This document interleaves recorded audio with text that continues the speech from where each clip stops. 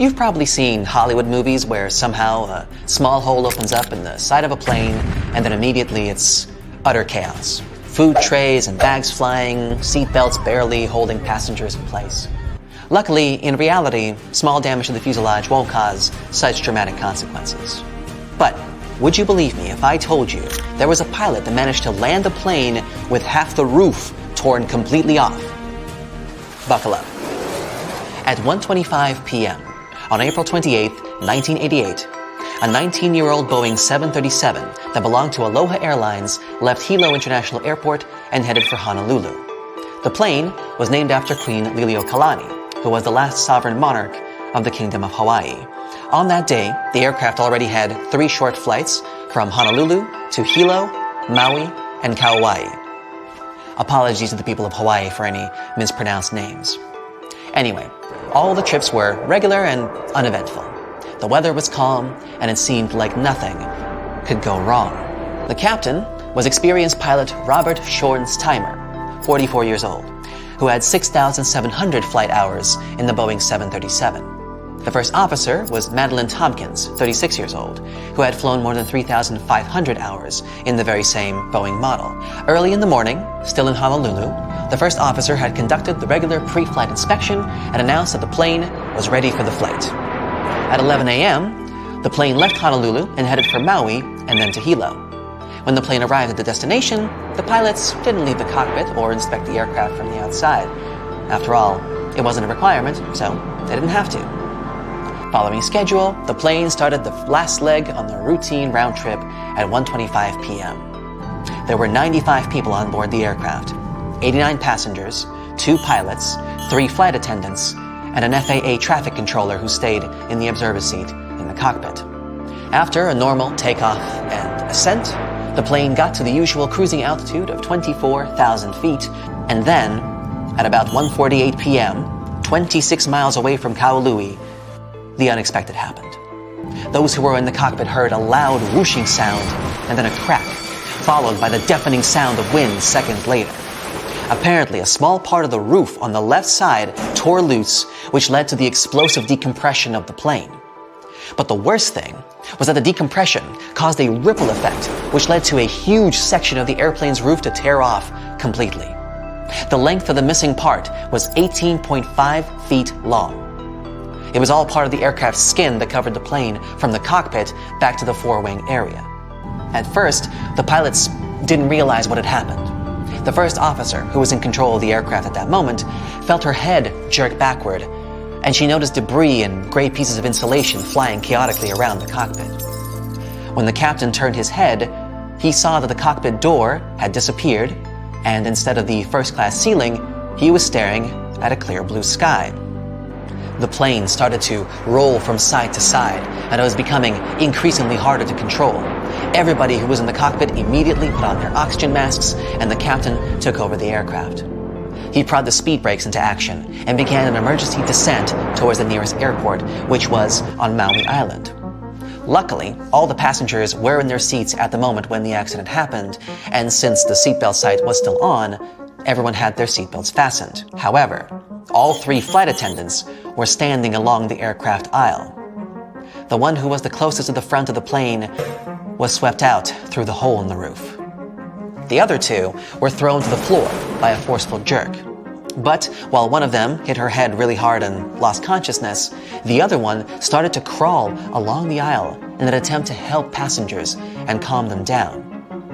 At that same time, the pilots were trying to contact air traffic control and signal an emergency. To make matters worse, they couldn't hear each other and had to use gestures to communicate. They also didn't know whether the radio worked and whether they had managed to deliver their message. The flight controls were sluggish and loose, and the captain was struggling to control the plane.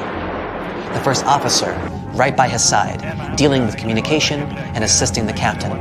It turned out that the controller hadn't been receiving the crew's messages until the aircraft descended to the altitude of 14,000 feet. Only then did the signal get through, and Maui Towers started urgent preparations for an emergency landing. The problem was that at that time, in case of an emergency, the airport control tower had to dial 911 just like anyone else. On top of that, the controller didn't catch that the passengers and crew members would need medical help.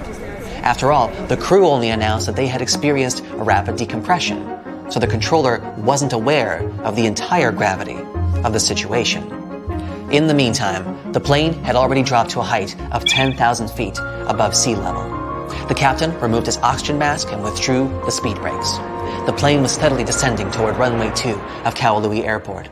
Following the captain's command, the first officer lowered the landing gear, but the indicator light didn't come on. That could mean that either they had a bad light, or they had serious problems with the nose gear. But that wasn't the only problem. As the plane was approaching the runway, the left engine failed, and the aircraft started rocking and shaking. The captain made an attempt to restart the engine, but didn't succeed. And yet, still, with the help of the reverse thrust of the second still working engine, at 1:58 p.m., just 10 minutes after the emergency and 35 minutes after the takeoff, Aloha Airlines Flight 243 did manage to touch down on the runway of Honolulu Airport and come to a complete stop. Landing a plane with such a huge loss of integrity was an unprecedented feat. As soon as the plane stopped, the evacuation began.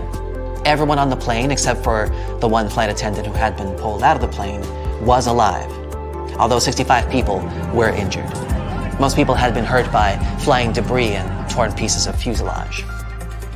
Unfortunately, since nobody on the ground had known how serious the situation was, no ambulances were waiting for the injured. The first one arrived 7 minutes after the plane landed, and there were only 2 ambulances on the entire island, which obviously couldn't fit all the people.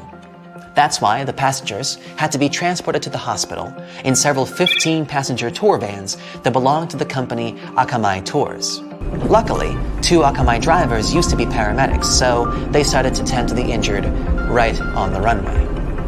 Meanwhile, airport mechanics, as well as office staff, drove the vans to the hospital, which was 3 miles away. Luckily, there were only 8 serious injuries, from which all of these passengers later recovered. As for the plane, it was damaged beyond repair and later dismantled right at the airport. The missing part of the roof disappeared and was never seen again. But what could cause such a terrible accident? The problem wasn't the age of the aircraft. 19 years isn't that old for a commercial plane, and it hadn't accumulated too many flight hours before the accident happened. But the 35,500 flight hours the plane had traveled included 89,680 takeoffs and landings, which are also called flight cycles. The reason for such a huge number was that the plane performed mostly short domestic flights between the islands. And this number exceeded the number of flight cycles the plane was designed for twice over. Besides, the plane traveled in a salty and humid environment, which also added to the wear and tear. Interestingly, during one interview that followed the accident, passenger Gail Yamamoto remembered that she had spotted a crack in the fuselage when she was boarding. Unfortunately, she was the only one who had seen the damage, and the woman hadn't thought that the crack was important enough to inform the crew. It's important to stress that these kinds of accidents are extremely rare these days. According to Harvard University, given all the steps and measures major airlines and airports take to ensure safety, the odds of you being in an airplane accident is roughly 1 in 1.2 million. That's a 0.0000083% chance. I don't know about you, but I like those odds. And even if something were to happen, like, for example, half the roof falling off, it's a great comfort to know that your trained pilots can still land the plane relatively safely. That's it for today. So hey, if you pacified your curiosity, then give the video a like and share it with your friends. Or if you want more, just click on these videos and stay on the bright side. Is the sky like a desert? Can a commercial aircraft fly faster than the speed of sound? Can you fix a plane with a piece of tape? Let's check your intuition with this cool truth or myth airplane quiz. Make sure to note down your correct answers and share your score in the comments. So, the first one for you. Commercial airplanes are more fuel efficient than your car. True or false? That's actually true. Commercial flights have been more fuel efficient per person per mile than cars for more than a decade. Better technologies and a larger number of people that fit in one plane have decreased the energy intensity of traveling by air by almost 74%. As for cars, it's been just a 57% drop. Okay, how about this one? There's no row 13 on a plane. Well, come to think of it, I've never seen a 13A or any other letter on my boarding pass. What about you? That's true, but only partially. In those countries where the number 13 is considered unlucky, there's really no row 13. But in other countries, the missing number may differ depending on what is believed to bring bad luck there. Opening a plane door during the flight is a real safety risk. It sounds kinda terrifying to me, but is it true? You can relax, that's just a myth. For one thing, the doors are locked, but even if they weren't, no one can open the door of a flying plane. It's physically impossible. The cabin pressure won't allow anybody to do it. When an airplane is at cruising altitude, it's pressurized. The difference between the inside and outside is huge. In other words, the pressure inside the cabin pushes on the door and doesn't allow anyone to open it from the inside. Even better, the airplane door is called a plug door. Its inner edge is wider than the outer. That's why it acts like a bathtub drain stopper, corking the doorway without falling through. Your skin is drier on a plane than it would be in the middle of the Sahara Desert. Can you believe this? And if you think this is true, you're absolutely right. The airplane cabin is pressurized, and the humidity there is set to 20%. For comparison, in the Sahara Desert, the average air humidity is around 25%, and your skin is used to at least 40% of humidity. That's why your nose and throat feel so dry when you're flying. Several years ago, someone posted a photo on the internet that became viral in no time. In this image, there was an airline technician, and he seemed to be fixing a plane with duct tape. So the question is, could it be true? Or was it just a fake? The answer isn't so simple. It wasn't your regular duct tape, so partially, this fact is a myth. But it was some kind of tape, known as speed tape. It costs around $700 per roll. It's actually an aluminum adhesive you can use to temporarily mend minor damage, until you can repair it properly. Is it true that pilots avoid the Bermuda Triangle? After all, it has such a notorious reputation. Ships and planes simply disappear into thin air in this region. This one is certainly a myth. Today, people already know that there's no particular danger in the Bermuda Triangle, and planes fly over this area as usual. Airplanes mostly fly on their own, with autopilots doing all the work. Myth or truth? What's your bet? It's a widespread myth. Many people are sure that planes are some super automated mechanisms that can fly mostly by themselves, and pilots are there simply for backup. In reality, though, flying is a hands-on job. It needs constant attention and a skilled flight crew. There once was a plane that flew twice faster than the speed of sound. Can it be true, or is it too far-fetched? This fact is definitely not a myth. The Concorde could reach a speed of 1,330 miles per hour. That's much faster than the speed of sound, which is around 767 miles per hour. And that's indeed almost twice as slow as the Concorde. You might have heard this scary fact before. Planes empty toilets right in the air.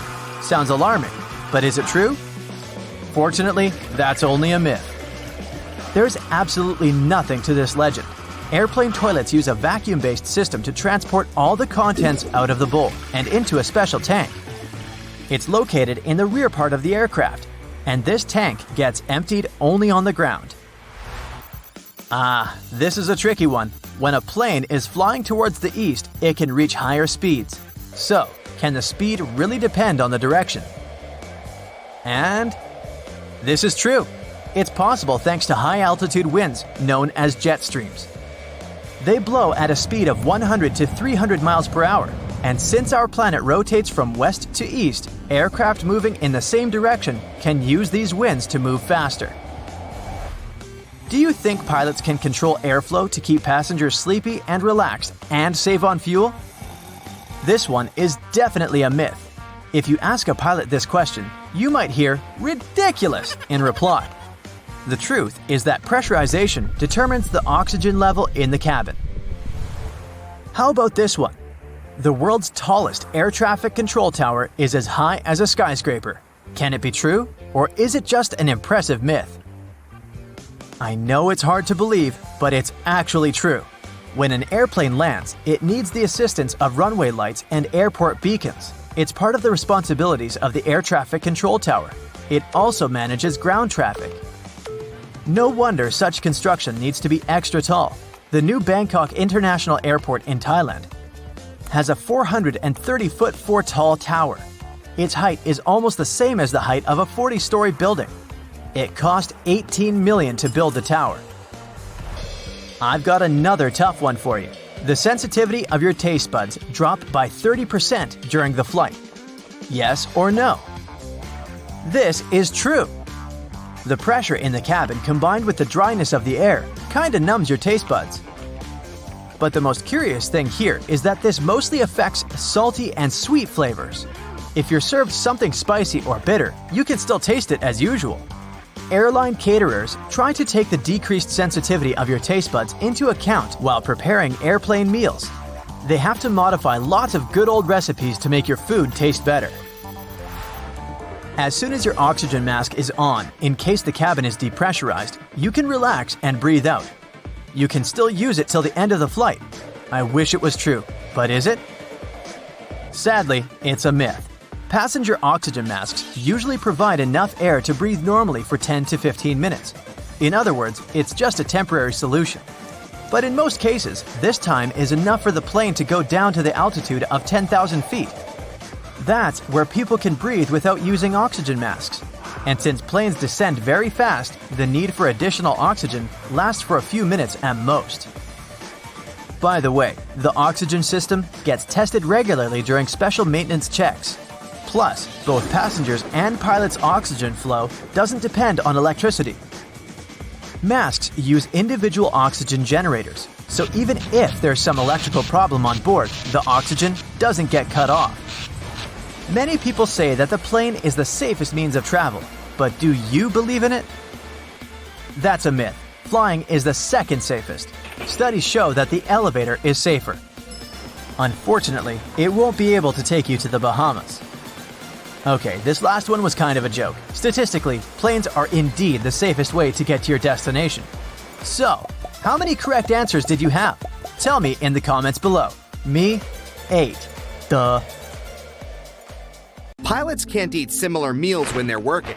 Imagine that you're on a transoceanic flight. The airplane is flying over the Pacific Ocean.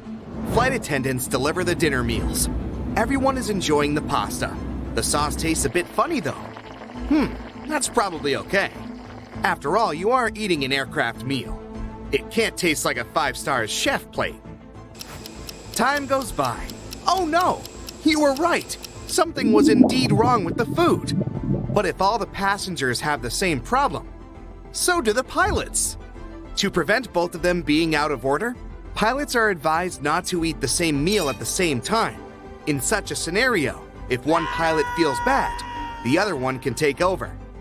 I mean, this is not an imperative rule stated by the Federal Aviation Administration, but most airlines make their own rules about this matter. Flight attendants have access to hidden equipment, such as a defibrillator, supplemental oxygen, a fire extinguisher, and duct tape. But probably the most interesting gear they have is handcuffs. These objects are there to protect passengers from others, and sometimes from themselves.